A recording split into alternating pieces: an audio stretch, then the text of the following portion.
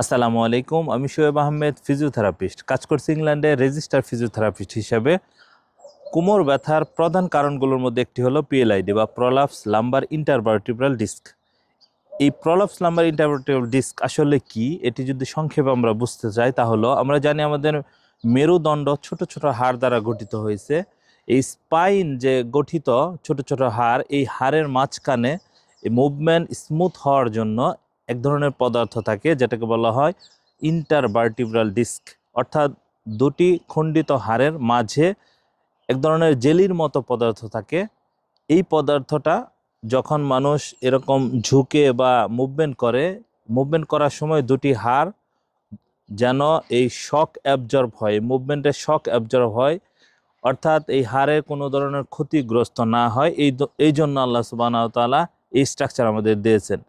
কিন্তু এই স্ট্রাকচার যদি কোনো কারণে অতিরিক্ত ভার বহনের কারণে অথবা মুভমেন্ট সঠিকভাবে বা ইমব্যালেন্স মুভমেন্টের কারণে এই স্ট্রাকচার ফেটে যেতে পারে, লিক হয়ে যেতে পারে।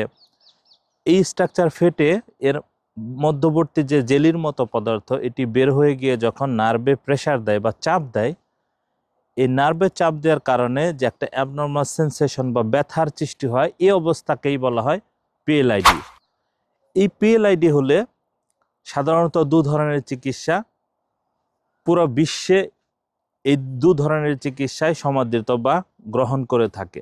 এটা not only Bangladesh, world wide একটা ট্রিটমেন্ট প্রসিডিওর কথা বলছি। সেটি হলো, একটি হলো সার্জিক্যাল, অন্যটি হলো কনজারভেটিভ নন সার্জিক্যাল চিকিৎসা পদ্ধতি। তবে সময়ের পরিক্রমায় নন সার্জিক্যাল বা কনজারভেটিভ যে ফিজিওথেরাপি ট্রিটমেন্ট, এটি সর্বক্ষেত্রে বা সর্ব অবস্থায় প্রতিটি দেশে, এটি উন্নত দেশ থেকে শুরু করে মাঝারি উন্নত দেশ, আমাদের মতো এশিয়ান দেশ বা ইউরোপ আমেরিকা সব জায়গায় সমাদৃত হচ্ছে এই কনজারভেটিভ ট্রিটমেন্ট, ফিজিওথেরাপি ট্রিটমেন্ট। এই ফিজিওথেরাপি ট্রিটমেন্টের মাধ্যমে এই পিএলআইডি বা এই মেকানিক্যাল প্রবলেম থেকে আপনি সম্পূর্ণরূপে সুস্থ হতে পারবেন। এই বিষয়টা অনেক পেশেন্ট বা রোগীর ক্ষেত্রে একটা কনফিউশন থাকে যে আসলেই কি সার্জারি ছাড়া এই অবস্থা থেকে ভালো হওয়া সম্ভব। এটি এখন একেবারেই প্রমাণিত। সার্জারিতে কিছু কমপ্লিকেশন থাকে, অনেক সময় সার্জারি যখন সাকসেসফুল না হয়, এই যে রোগী এই সার্জারিতে গেল তার পরবর্তী জীবন আসলে দুর্দশা বা ডিসএবিলিটির মধ্যে কাটাতে হয়। সেক্ষেত্রে যদি আপনারা এই কনজারভেটিভ ফিজিওথেরাপি ট্রিটমেন্টে যান, এটি সম্পূর্ণরূপে 100% সেফ। সেই ক্ষেত্রে ফিজিওথেরাপি ট্রিটমেন্ট আপনার এই কন্ডিশনের জন্য নাম্বার 1 চয়েস হতে পারে বা সঠিক সিদ্ধান্ত হতে পারে। সুতরাং এরকম পিএলআইডি প্রবলেমের জন্য কোনো ধরনের চিন্তা না করে আপনারা ফিজিওথেরাপি ট্রিটমেন্ট নিতে পারে। এই ট্রিটমেন্টের মাধ্যমে আপনি সম্পূর্ণরূপে সুস্থ হবেন।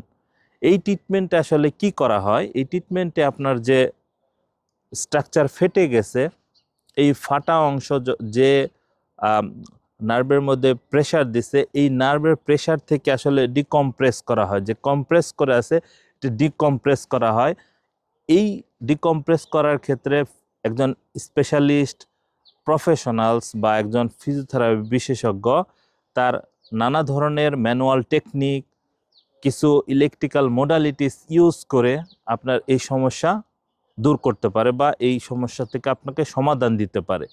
এটি আপনার কাছে হয়তো বা যখন একজন সার্জন তার মুখরোচক সার্জারির গল্প শোনাবে, তখন আপনার ওই সার্জনের কথার যে স্ট্যাটাস, সেইখানে আপনি হয়তোবা আপনার কাছে বিশ্বাস হবে না যে আসলেই কি নন সার্জিক্যাল প্রসিডিউরে আমি ভালো হব, তাহলে একজন সার্জন ডক্টর কেন আমাকে আশ্বাস দিলেন। এটি যার যার ফিল্ডে সে তার ফিল্ড আপনার সাথে ইন্ট্রোডিউস করবে বা সে আপনাকে তার দিকে আহ্বান করবে। কিন্তু আপনার এই ক্ষেত্রে আপনার ডিসিশন নিতে হবে যে আপনি সার্জারিতে যাবেন না নন সার্জিক্যাল প্রসিডিউর বা কনজারভেটিভ ট্রিটমেন্টে যাবেন। যে ক্ষেত্রে আপনার খরচ কম, আপনার হ্যাসেল কম, আপনার ভয়ভীতি নাই, সেক্ষেত্রে আপনার জীবদ্দশায় একেবারে আপনি সুস্থ হয়ে যাচ্ছেন, কেন তাহলে সার্জারির দিকে যাবেন? এই সিদ্ধান্তটা পুরোই আপনার উপর থাকবে। আমাদের সাজেশন থাকবে সার্জিক্যাল বা কনজারভেটিভ ফিজিওথেরাপি ট্রিটমেন্টের মাধ্যমে আপনার এই পিএলআইডি সমস্যা সমাধান করুন। আমাদের এইরকম গুরুত্বপূর্ণ তথ্যবহুল ভিডিও পেতে আমাদের চ্যানেলকে সাবস্ক্রাইব করে রাখতে পারেন, যা পরবর্তী আপনার যে কোনো ধরনের জিজ্ঞাসা বা যে কোনো ধরনের সমস্যা আমাদের সাথে যোগাযোগ করতে পারেন আমাদের ভিডিওর কমেন্ট সেকশনে, যার মাধ্যমে আমরা আপনার প্রশ্নের আলোকে আমরা আরও ভিডিও বা সমাধান নিয়ে আসব। ধন্যবাদ সবাইকে। আসসালামু আলাইকুম।